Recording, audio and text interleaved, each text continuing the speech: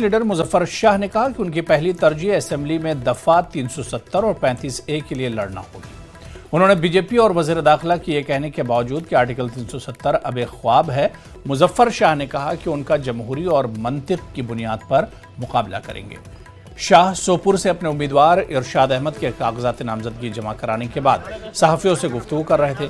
अब्दुर्रशीद शाहीन और दीगर सीनियर रहनुमा मौजूद थे। शाह ने PAGD के टूटने को इंतहाई अफसोसनाक करार देते हुए कहा कि अगरचे उन्होंने तमाम सियासी जमातों को एक स्टेज पर रखने की पूरी कोशिश की, लेकिन वो ऐसा करने में नाकाम रहे, जो बदकिस्मती है। हम 370 और 35A पर कोई कंप्रोमाइज नहीं करेंगे, कुछ भी हो जाए।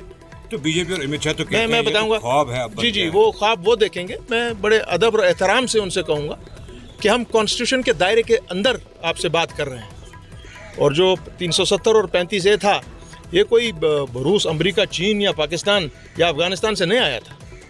ये हिंदुस्तान के फोर फादर्स ने कानूनन, आईनन, पार्लियामेंट के थ्रू, कॉन्स्टिट्यूएंट असेंबली के थ्रू, हिंदुस्तान की कॉन्स्टिट्यूएंट असेंबली को, जम्मू कश्मीर की कॉन्स्टिट्यूएंट असेंबली को दिया है।